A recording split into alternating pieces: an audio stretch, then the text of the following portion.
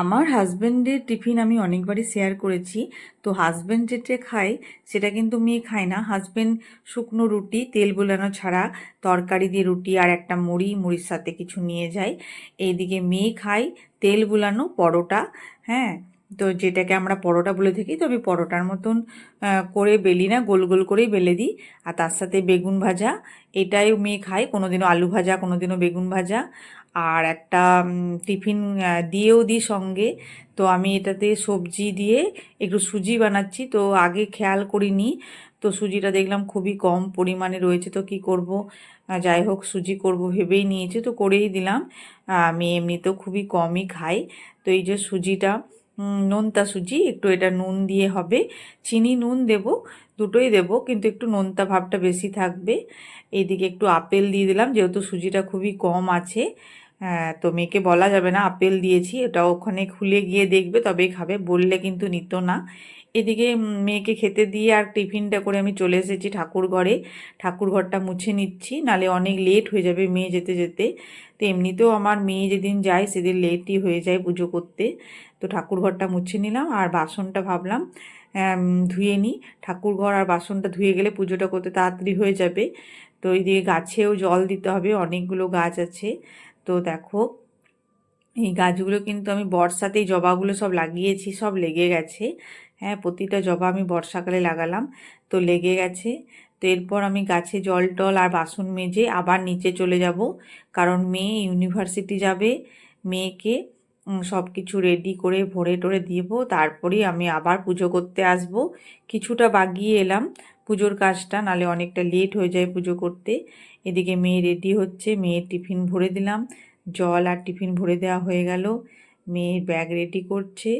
তো প্রতিদিনেরই এমনিভাবেই তাড়াহুড়ো করে কাজ, আর একদম পাক্কা 3:30 অবধি কাজ চলে, একটুও রেস্ট নেই।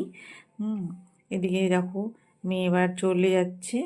হ্যাঁ, তো প্রতিদিন তো যায় না, একদিন দুদিন বাদ দেয়। হ্যাঁ, যেদিন যেদিন প্র্যাকটিক্যাল থাকে সেদিন যেতেই হয়, কেমিস্ট্রি প্র্যাকটিক্যাল যেহেতু।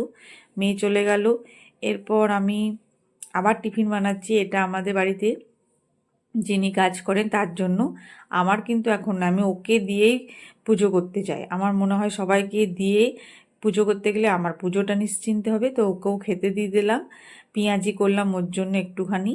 হ্যাঁ, এবার আমি পুজো করতে চলে এসেছি। তো পুজো করতে এসে প্রতিদিনই তো আমার গোপাল আছে, তো গোপালকে রকমারি ড্রেস পরাতে হয়, গোপালকে স্নান করাতে হয়।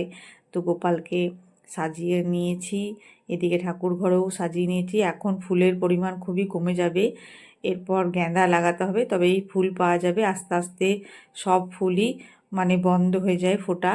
তো দেখো, ঠাকুরের ভোগ লাগানো আমার হয়ে গেল। হ্যাঁ, একটুখানি ধূপ আর প্রদীপ দেখিয়ে দেবো, যেহেতু এটা দামোদর মাস চলছে, সেহেতু আমি প্রতিদিনই সকালবেলাতে তুলসী তলাতেও প্রদীপ দিই। তোমার প্রদীপ দেওয়াও হয়ে গেল, ঠাকুরের জামা কাচা হয়ে গেল। এরপর আমি আবার নিচে চলে যাব, আমার পুজো হয়ে গেল।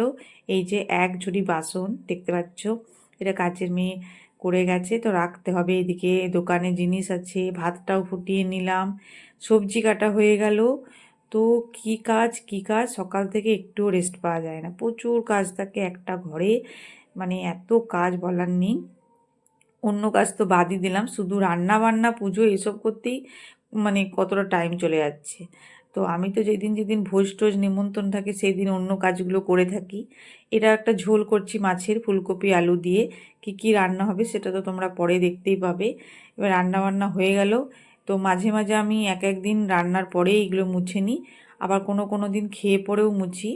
তো এই রান্নাঘর পরিষ্কারটা একটা বিরাট ব্যাপার, প্রতিদিন রান্না করে রান্নাঘরটা পরিষ্কার না করলে খুবই তেলচিট বসে যায়। ওই জন্য আমি রেগুলার যেটা কাজ সেটাই করে নিই, ভালো করে রান্নাঘরটা মুছে নিই।